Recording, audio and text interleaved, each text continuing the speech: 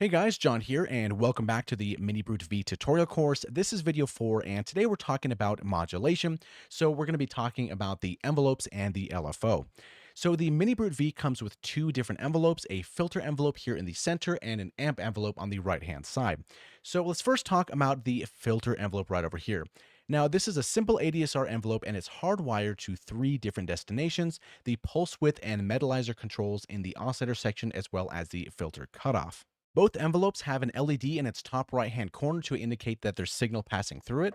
So right here and right here as well.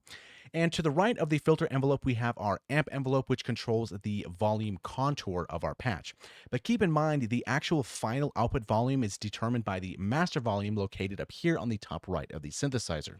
The bottom center is where we're going to find Mini Brute's LFO. So remember that an LFO is a low frequency oscillator. It's a slow moving waveform that we can use to modulate other parameters inside the synth.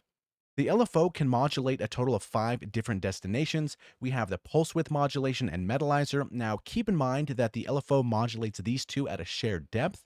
Then we have pitch, the filter cutoff, and finally the amp. So down here at the bottom where we have wave, we can choose what type of waveform we want our LFO to be. By default, this is going to be on sine. However, we can change this to triangle. Then we can go to sawtooth, we can go square, we can do a random stepped, or we can do a random gliding. And on the right-hand side, we have a rate knob, so how fast we want this LFO to move. On the very left-hand side, we can go to 0.050 and all the way to the right at a total of 100 hertz. So to the right of this rate knob, we have something called clock. Now, by default, this is going to be set on free.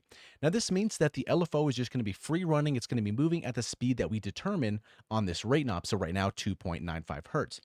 However, if we want this LFO to be synced up with our tempo, maybe we want it to move in quarter notes or eighth notes or triplets or something like that, then we want to change this here to sync. Now we have two different options. So we have sync, which is going to sync it to our BPM, right? We select sync, and then now our rate knob is going to say 1/4, so quarter notes. We can do triplet stuff. We can do dotted notes, which is really cool. However, we also have a sync retrig. So the difference of this here, they both sync to our DAW. The main difference is that with sync retrig, every time that we hit a note, it's going to restart that LFO. However, in just sync mode, it's going to be at that speed, but it's not going to retrigger every time we hit a note. So here's a quick example to make this a little bit easier to understand. So what we can do is we can go to pitch, and let's give this a little bit of depth here. So this LFO is moving the pitch of our sound at a rate of 2.95 hertz. Now we can move this a little faster or slower. But basically we have this sine wave LFO moving our pitch. Now let's say we want to sync this with our BPM, so we can go to sync here, and let's go to our first option right over here, sync. So right now we're at 1/4 or a quarter note. Now, right now it's synced as 1/4 note, but the LFO doesn't restart when we play a note. We can kind of see how the LFO is still moving as we hit rapid notes, but it doesn't restart, right? So however, we can go to sync and then we go to retrig here. So every time we hit that note, it's going to start the LFO from the beginning of its cycle. And let's go back to the other one. And then back to the retrig.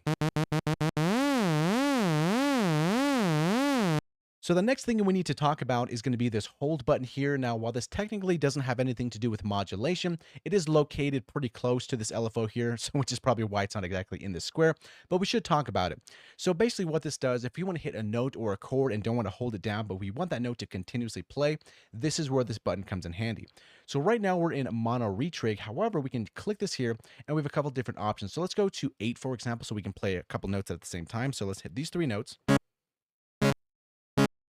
Now, as soon as I let go, it doesn't hold the note. But let's say I want to hold those notes and then maybe wait for a little bit and then play another chord and it holds those notes. So I don't have to always hold down on my notes or on my keyboard. So we turn this on here and I'm going to press the notes really fast and then let go.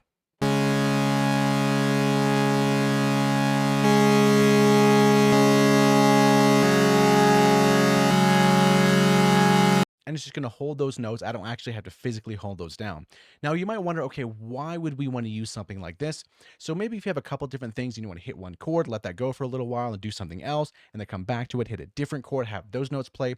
Or it could be useful if we're going to be diving into the arpeggiator. That's actually a very interesting concept as well, which we can try that out in the ARP video once that comes. So thanks so much for watching. Hopefully you learned something, and we'll see you in the next video.